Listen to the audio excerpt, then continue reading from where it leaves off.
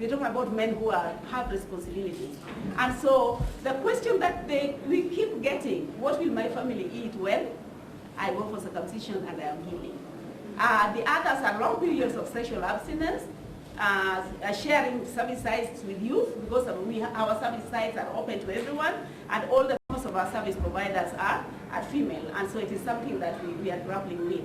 Our study is not going to address all these barriers, but the study is going to address the barrier that is, what will my family eat when I'm healing? We want to see, is it truly a barrier, and if it is, what is it that has not been on 10 to 14, and so the fact that the number of people who've been circumcised here, the proportion is lower, is not a worry, because and look at the number that we are currently reaching. So we're talking about a situation where the bulk of the people that are coming for circumcision is 15 to 19.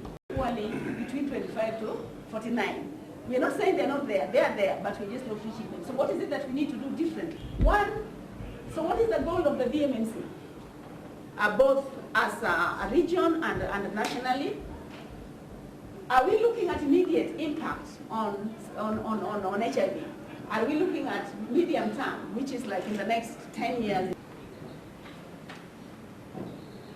And so the goal of the pilot study is to increase the uptake of circumcision among men 28, 25 to 49 by offering what we call conditional in-kind.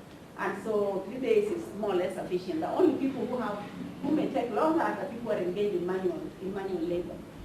And the objective is to determine the impact of providing the food voucher. She's conducting, independent from us who are doing the study, she's conducting a study for Rodi, Nyando, and Nyakach districts. And even there, in the 3 districts, they have 76 samples been selected, and this was a random computer-based generated. Border 1, Lower Tamu, Homaline, Chemelil, Kabodo East, East Kadiana. This is what is called a randomized control trial, which means that we don't inside, and that is where you are assigned. So this is the same approach, where people are going to be divided into 4. Spearhead the program. So let's take a case where but my wonder is when you go to a church, when you go to a market, but what is the best for that? But I want to begin by saying that health, as you know, as a service, is almost all devolved to the counties. So that means almost all the health functions is here with us in the counties. And as is always said, funds follow functions. And I want to say that even most of the funds that we have received as a county are going to be used to sort out health issues in the county. And in health, we have all facilities from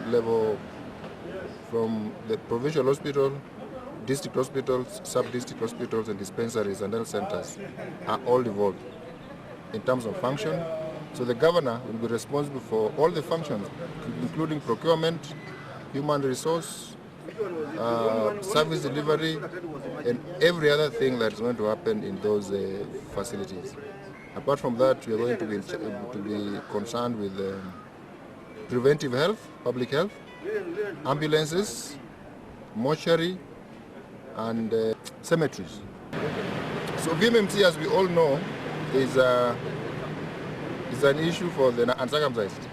And the uncircumcised in this country are found mainly in Nyanza, a bit of Turkana, North Rift, and in the migrant population in Nairobi and Mombasa. So these are the areas where we have tended to concentrate our activities. So far, a lot of support in that direction is coming from the partners. But the government has got its own input in terms of human resource and providing facilities for the process. As you're aware,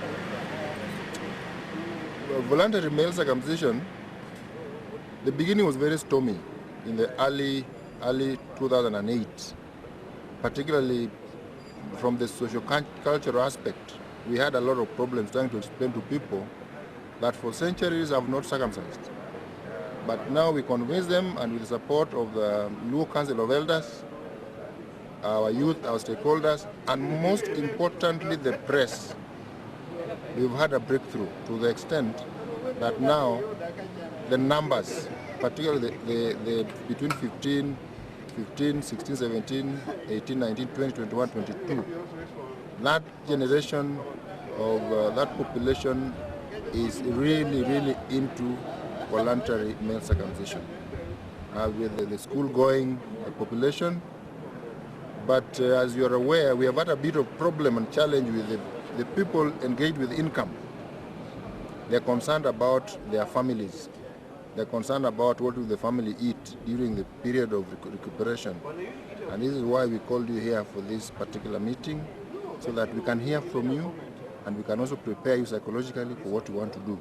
We didn't want you to hear from somebody else that we are paying people to circumcise them. That is really the wrong concept. But we wanted to let you understand that what we want to do is about compensating people for the lost 3-4 days that they recuperate. That is exactly why we called people here. It is a research, and for me, I wish it works out, because then we shall have removed a major obstacle. Then we will begin to invest with our partners and as a ministry into trying to compensate that group, that age group, for the lost days in terms of income. What target group? What age group are you targeting? 25 to 49. 25.